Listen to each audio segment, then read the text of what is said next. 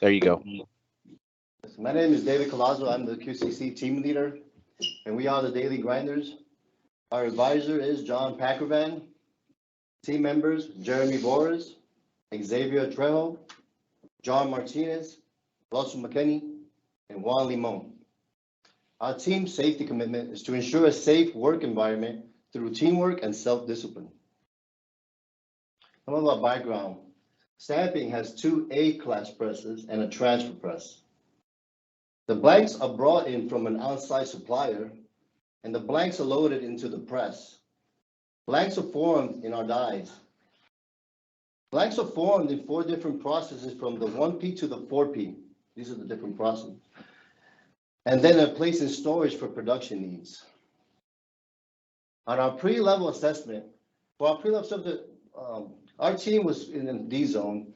Most had little experience with QCC, and some had none. For our theme selection matrix, we had 9 proposed themes. GSPH improvement, cost reduction for tool and die, scrap buildup occurrences, die crash occurrences, split reduction, rework part reduction, and safety incidents.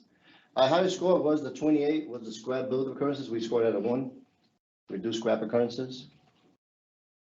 For step 1, clarifying the problem. Through team leader production logs and checking the facts on a basis of Genshin Kombutsu, we found that from November 2021 to December 2020, we had 18 scrap occurrences. Ideal was 0, current was 18, so our gap was 18.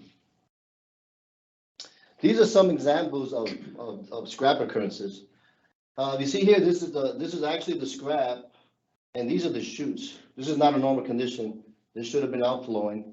On this particular picture, you can see that the scrap buildup. This is also not a normal condition. And on this third one, you can see that it built a scrap, causing damage to the die. This is very dangerous. On step 2, break down the problem. From our scrap occurrence of 18 total, within all the 3 press lines, 3A had the most occurrence with 13. From all the dies that ran on 3A, die 97 had the most scrap occurrences, equaling 10. From scrap by die process, 10 occurrences were found in the 3rd process. From die versus scrap chute, we had actually 1 scrap buildup in the die, but 9 in the press scrap chute. The issue was on both sides, on left and right, with the 9. And these are some examples to see what, from the left side to the right side, and see what we were dealing with. The problem statement. So the die 97, which is the panoramic roof, stopping a 3A press line due to excess material not being outflowed correctly at the 3rd process. Our point of occurrence was in the 3P. Now I'm going to hand it on to John Martinez. Thank you, David. So on step 3, we had to set a target. Eliminate 9 scrap occurrences on die 97 by January 2nd of this year to impact a total gap by 50% along all 3 press lines. As you can see here on this bar graph, 9 occurrences happened on die 97. Our target was 0. And we were able to accomplish that from November to December. It was 18. From January to February, we had cut it down by 50% to 9. I'll pass it over to Russell. All right, John, thank you. All right, step 4 is analyze the root cause, and we do that by the 4M process, which is man, method, material, and machine. On the man, the team member is trained on fundamental skills and GPC certification, and that was okay. The second one is method, die cutting scrap properly, scrap cutter in good condition, trim steel in good condition, scrap cutter has proper clearance and sharpness, and trim steel has proper clearance and sharpness, and both of those were also good. The third is material. Material, the property, everything was coming in Toyota specifications. Material is not affecting the other processes, and same material is not affecting other dies. That was okay also. The fourth is the machine. Press was not capable of proper scrap flow, scrap getting stuck in the scrap chute, area of the chute was under 500 millimeters wide. And that was the root cause, was the scrap chute design was too narrow, causing the material to build up. Pass it off to Jeremy. So step 5, developing countermeasures. We go through safety, quality, productivity, and cost for scoring system. We added additional cutters to the die. We scored it at an 8. It was very costly and time consuming. 2, we increased the size of the scrap chutes.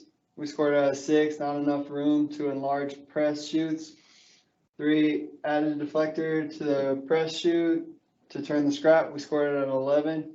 It's very cost efficient and can be done in a timely manner.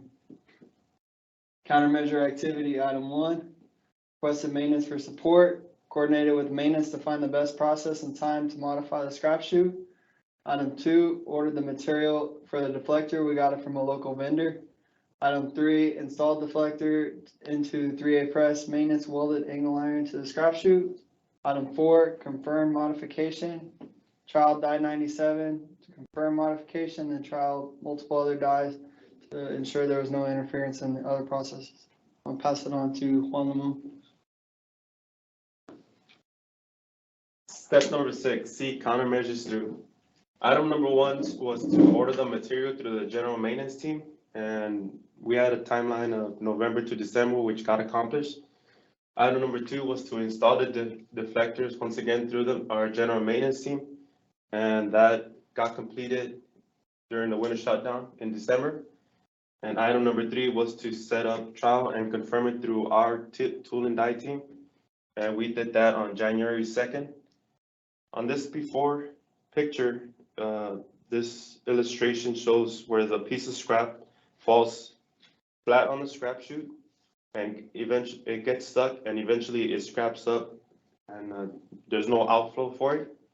And on this after picture, when it hits the deflector, it throws it at an angle, and that momentum that it has, it allows it to flow out, which eliminated the scrap buildups and all the downtime that it was causing.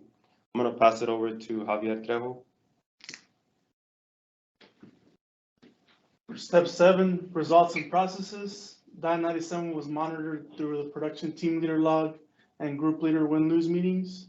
No issues were found in the month of January and February. 0 scrap occurrences as seen on this graph. Our target was achieved. I'm gonna hand it off to David. Thank you.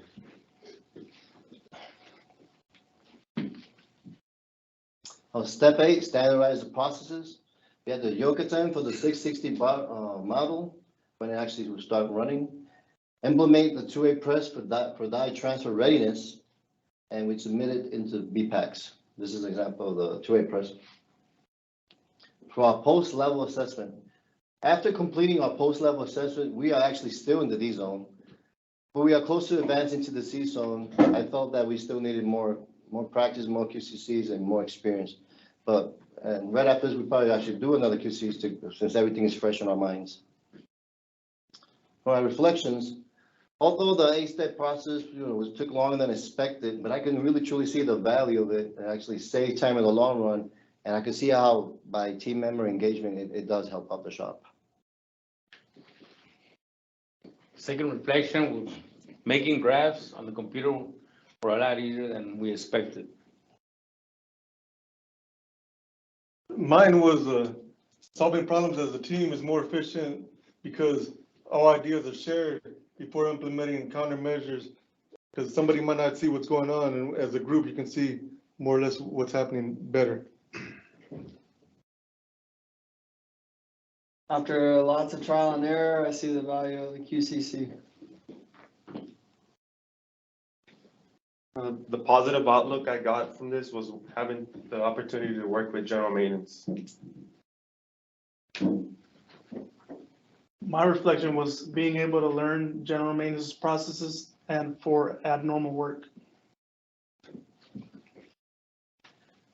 So this concludes our presentation. Thank you. If any questions, we can